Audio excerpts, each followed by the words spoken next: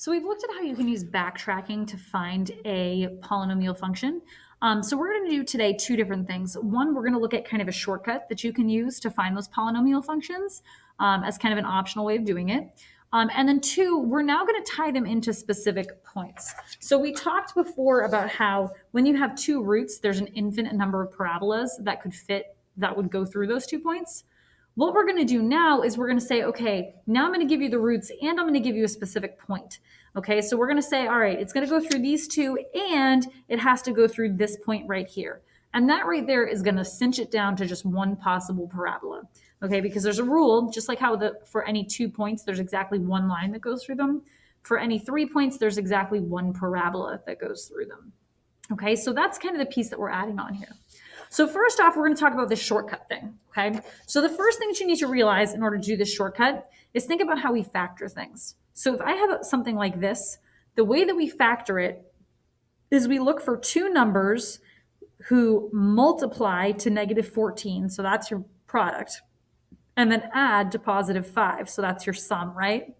So two things that multiply to -14 and add to +5 would be -7 and then +2, right? And that's how we factor things. So two things that multiply to this and add to that. Okay, so that is going to be kind of our shortcut for what we're going to do to figure out our polynomials. So the first thing we do is I took this general quadratic, okay, and this only works for quadratic, so just be aware this is a quadratic thing, not a polynomial thing. Okay, so using this quadratic, I'm going to start by just dividing everything by a to turn it into this, so that we just have a 1x squared in the front.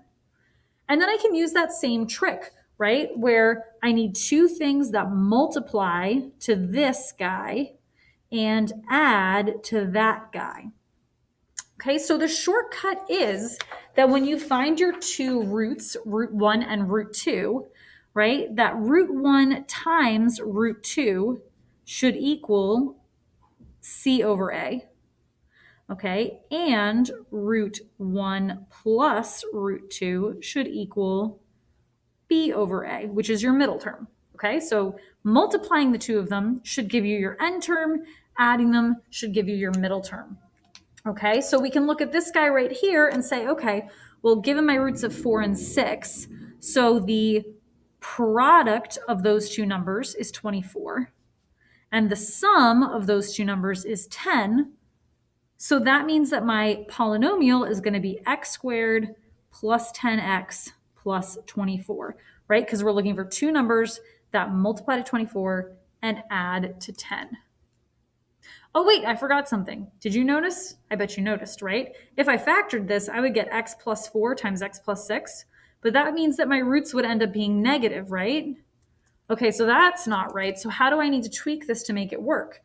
Well, that means that my two things are going to need to add to the opposite, right? Because now, when I take a look at this, this is going to be minus 10. Two things that multiply to 24 and add to -10 would be x minus 4 and x minus 6. So then when you solve it, you would get +4 and 6 as your answers. Okay, so that's where this negative comes into play. That's why there's going to be a negative there. Okay, so that's great. How do we use that for this guy? So for this guy, it's a little bit different. So the product of these two things, I'm multiplying 2i and -2i. So that's going to be -4i squared, right? So -4i squared, but since I squared is -1, that works out to +4. Okay, and then the sum of those two things, -2i and +2i, that adds to 0. So my quadratic for this guy is going to be x squared plus 0x and then plus 4, or x squared plus 4.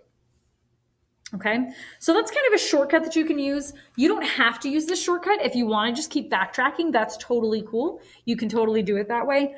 This is just a shortcut that works for quadratics in particular. I'm going to go ahead and throw on a y equals there, just so that we make them actually into quadratic equations. There we go. All right, and there's my two things. All right, great. So let's take a look at that, and we're going to use these shortcuts to kind of help us out for these next couple of problems. So this guy, we're going to find a quadratic with roots of 2 and 7, where when you plug in 1 into your function, you get out -18. That's what function notation means, right? So I'm going to start by using the shortcut method. So my product of these two numbers is 14, and the sum is 9. But remember, we want it to be the opposite of the sum. So I'm going to make it -9. Does that make sense? Okay, so then my function is going to be x squared. Well, I guess I'm going to write +9 there, and we'll just remember to put in here, and it's going to be -9x plus 14. Okay, so that right there is my function. Because this guy tells me it's f of 1, I'm going to call this f of x equals. Okay, great. So how is that going to help me out? So now from here, I know what my function is, but now I have a specific point that's going to tie this in. So what we're going to do is we're going to figure out an a value that would make this true. Okay, so just like we did way back when we were looking at parabolas, right? I'm going to take this function that I have right here, and I'm going to say, okay, when I plug in 1, I should get out -18. So I should get out -18 when whatever the a value is, right? I'm plugging in 1. All right, and then this gives me something to solve. So 1 minus 9 plus 14, so that's -8 plus 14, so that would be 6, right? Okay, so then my a value is -3. And now we can tie this in to an actual function, right? F of x equals -3, that's my a value, times the x squared minus 9x plus 14 we found. And then we're going to multiply that out. So -3x squared plus 18x, and that's going to be minus 42, I think. Right, and then there we go. That's going to be our function. Ta-da. Oh, 3 times 9, that's not 18. That's 27. My bad. That was silly. This is why I need students live in front of me to point out all the silly mistakes that I make like that, because that's going to help me out. All right, great. This last one. So this one, we're going to, p of x is a third degree polynomial function where p of 4 equals 0 and p of 3 plus or minus square root of 3 equals 0. Given that p of 2 equals 8, find p of x. Okay, so the first thing that you need to make note of in this one is that it's written a little bit differently. But what this is telling you is that when you plug 4 into the function, you get a 0 for your y coordinate. And when you plug these guys in, you get a 0 for your output, right? So these guys right here are my zeros of my function. Okay, so those are my zeros. All right, and what I'm going to do now is build this equation. So again, you could backtrack. What I'm going to do is I'm going to use that trick, but I'm actually going to start with these two. So this pair that's opposite of each other, these ones are super nice to deal with. So I'm going to start with these guys first. So the product of those two things, right? So I'm multiplying 3 plus the square root of 3, and then 3 minus the square root of 3, right? So the nice thing that happens with this is that 3 times 3 is 9, but then I'm going to get a minus 3 root 3 and then a plus 3 root 3 that'll cancel out. And then it's going to be minus square root of 3 times square root of 3 is regular 3. So my product is 6. Okay, and then the sum of those two things, well, the 3's, 3 plus 3 would be 6, right? And then square root of 3 plus negative square root of 3, that's just going to cancel out, right? So my product and my sum actually both end up being 6. So from that guy, I can make a quadratic that's going to be x squared, and then it's minus my sum, and then plus my product.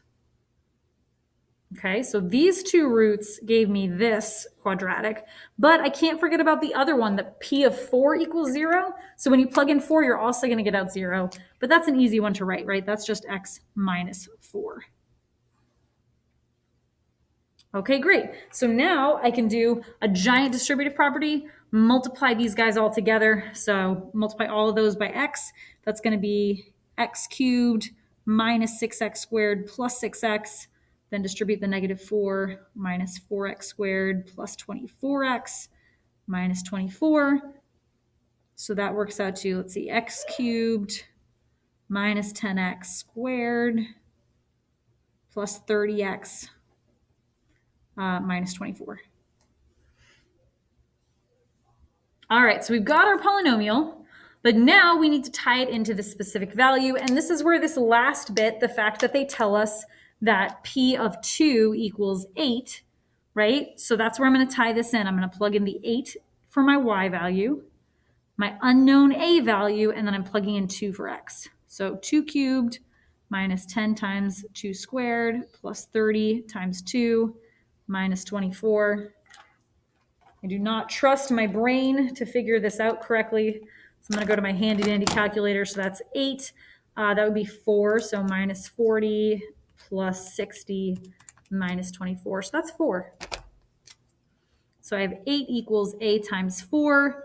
Therefore, a has to be 2. All right. And then from there, I can write my polynomial function. Pretty straightforward and easy. So it's going to be p of x equals 2 times x cubed minus 10x squared plus 30x minus 24. So 2x cubed minus 20x squared plus 60x minus 48. And there's my function.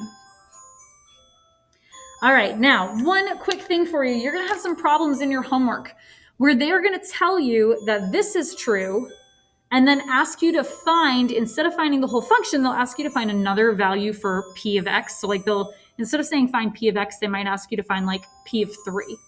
Okay, and if that's the case, you can sort of shortcut a little bit because you wouldn't have to actually find this whole function. You could just go straight from here and plug your value like the 3 in if it was p of 3 and then figure it out from there. Okay, so think a little creatively as you look at those, but you can sometimes shortcut a couple of steps.